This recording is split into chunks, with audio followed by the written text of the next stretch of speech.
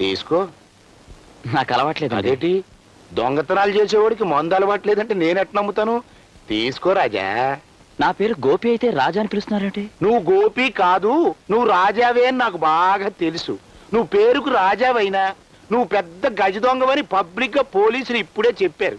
భలేవారే, నేను దొంగనే అయితే ఎక్కడో రహస్యంగా దాక్కుంటాను కానీ పబ్లిక్ గా ఇలా సైకిల్ పందాలు ఎందుకు పాల్గొంటాను చెప్పండి?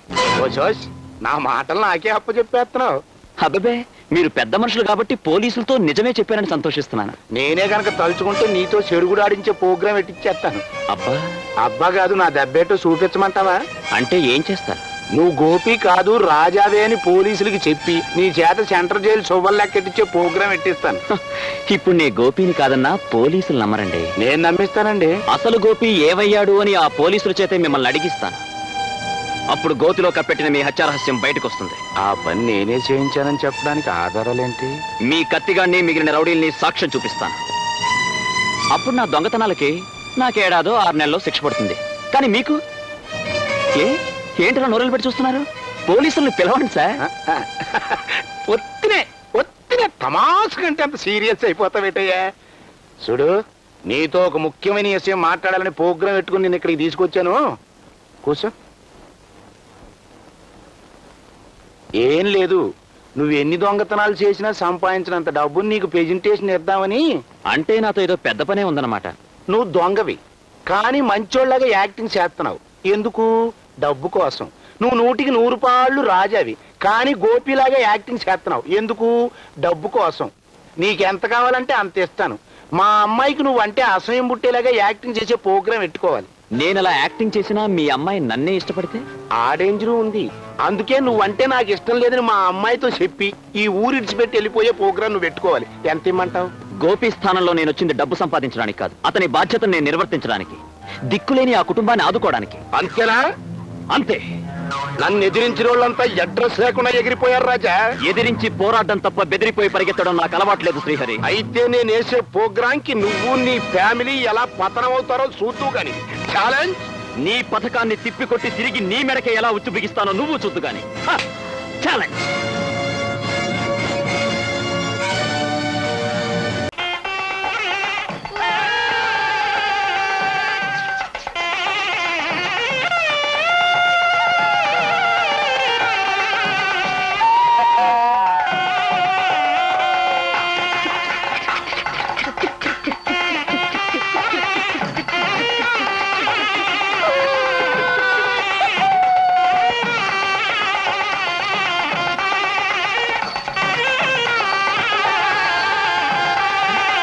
నమస్కారం జగన్నాథరావు గారు. నమస్కారం.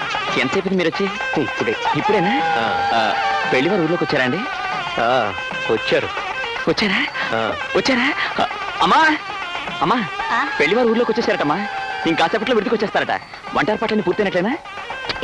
ఏమిటమ్మా ఇంకా అలా కూర్చున్నావు? తొందరగా వంట పూర్తి చేయమని చెప్పు. ఏమిటండి అలా చూస్తున్నారు? తొందరగా ముస్తాబు కానివ్వండి.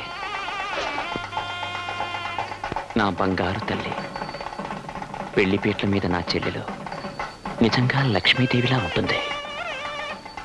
ఉండాలి. అరే కానివ్వండి.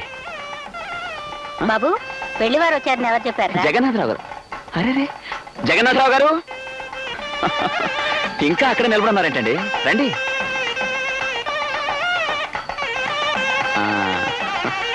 కూర్చోండి. ఇప్పుడు చెప్పండి, ఏం తాగుతారు? కాఫీ తాగుతారా, టీ తాగుతారా, పాలు తాగుతారా? ఇప్పుడేం వద్దు బాబు. అలా అంటే ఎలా అండి? ఏదో తాగాలి. అమ్మా, జగన్నాథరావు గారికి మజ్జిగ పంపించు. అలాగే. చూడు బాబు, ఈ డబ్బు నీ దగ్గర ఉంచు. ఇదేమిటండి, ఈ డబ్బు నాకెందుకు ఇస్తున్నారు? పెళ్లివారు ఈ డబ్బు నీకు తిరిగి ఇవ్వమన్నారు బాబు. వాళ్ళు మన సంబంధాన్ని వదులుకున్నారు. ఏంటి, ఈ పెళ్లి జరగదా? జరగదనే రంగారావు గారు చెప్పమన్నారమ్మా. కారణం ఏమిటి అడుగుతున్నాను. ఈ రోజు సాయంత్రం ముహూర్తం పెట్టుకుని ఊర్లోకి వచ్చిన తర్వాత ఇప్పటికిప్పుడు ఉన్నట్టుండి సంబంధం వదులుకుంటారా? ఇది న్యాయమేనా? అడిగిన కట్టిన డబ్బు ముందుగానే ఇచ్చేసాం అన్నయ్య గారు. ఇది చాలు, అలా చెప్పండి. చుట్టాలంతా వచ్చేసారు. ఊళ్ళో అందరినీ పిలుచుకున్నాం. అర్థంతరంగా ఈ పెళ్లి ఆగిపోతే నేను నలుగురిలోనూ తలెత్తుకుని తిరగలమా? ఆడపిల్లలు గలవాళ్ళు మీరైనా ఆలోచించండి అన్నయ్య గారు. నేను ఆలోచించానమ్మా, కానీ ఊళ్ళోకి వచ్చిన తర్వాత ఎందుకు మారిపోయారు నాకు అర్థం కావడం లేదు. దీనికి కారణం ఏదో ఉండే ఉంటుంది. ఇప్పుడు ఆయన ఎక్కడున్నారు? శ్రీహరిమూర్తి గారింట్లో.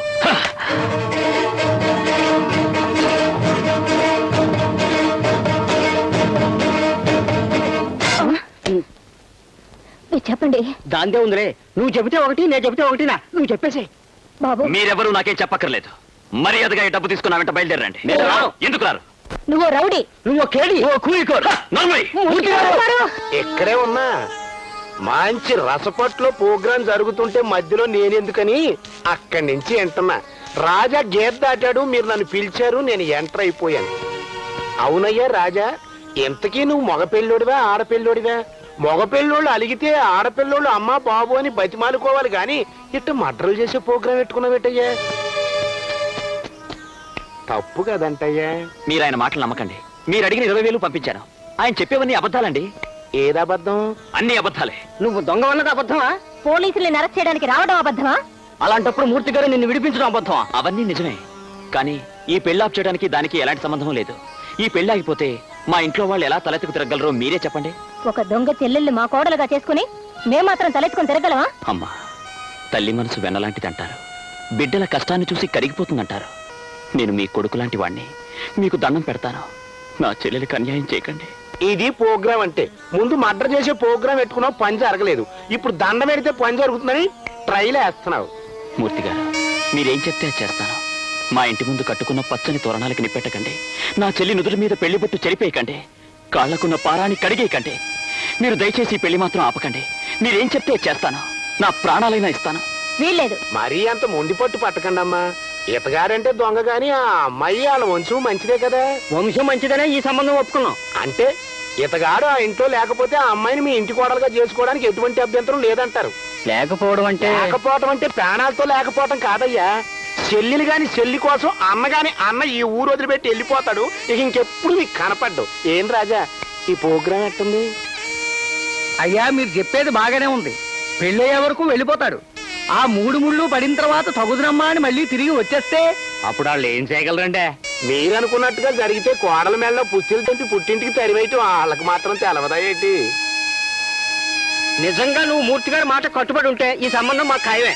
మాకు కావలసిందల్లా వంశము ప్రిస్టేజీ. దాందే ఉందని దాన్ని మాత్రం మేము వదులుకోలేం. అలాగే మీరు చెప్పినట్టు నా చెల్లి పెళ్ళైన మరుక్షణం ఊరుదిలి వెళ్ళిపోతా. అంటే మమ్మల్ని అనుమానించే ప్రోగ్రాం పెట్టుకున్నాం అన్నమాట. కాదండి, పెళ్లిలో అందరూ నా గురించి అడుగుతారు. మీరు నిజం చెప్తే మీకు అవమానమే, మాకు అవమానమే. నా చెల్లి పెళ్ళైన మరుక్షణమే ఊరి నుంచి వెళ్ళిపోతాను. నా మాట నమ్మండి. సరే, ఆ 20,000 తీసుకుని ఇడిదిలోకి వెళ్ళండి. మీరు చెప్తున్నారు కాబట్టి మేము వెళుతున్నామండి. దాన్నే ఉందిలే. ఏంటి? దాందే. పదండి. థ్యాంక్స్ అండి. ఈ ప్రోగ్రాం లేకపోయినా పర్లేదు, నువ్వన్న ప్రోగ్రాం జరిగేటట్టు చూడు. నేను మాట తప్పి మనిషిని కాదు. వెళ్తానండి.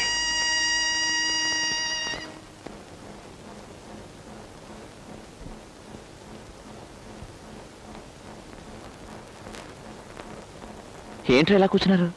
ఆడుకోండి, వెళ్ళండి, ఆడుకోండి. భజంత్రీలు వాయించండి అయ్యా.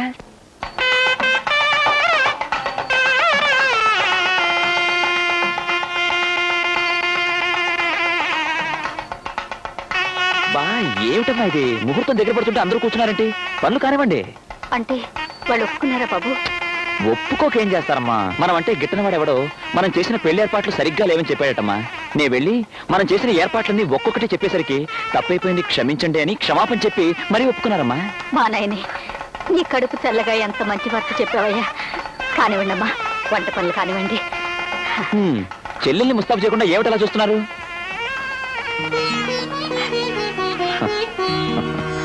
ఏమిటమ్మా ఇప్పుడు ఏమైందని? ఏదో నిజంగానే పెళ్లి అయిపోయినట్టు ఇలా ఏడుస్తున్నావే? అవతల పెళ్లివారు విడుదలకు వచ్చేశారు. పెళ్లి కూతురు రెడీ అవ్వలేదని మరోసారి తప్పడతారు. రెడీ అవ్వాలి. నవ్వమ్మా పిచ్చి తల్లి, నవ్వాలి. అది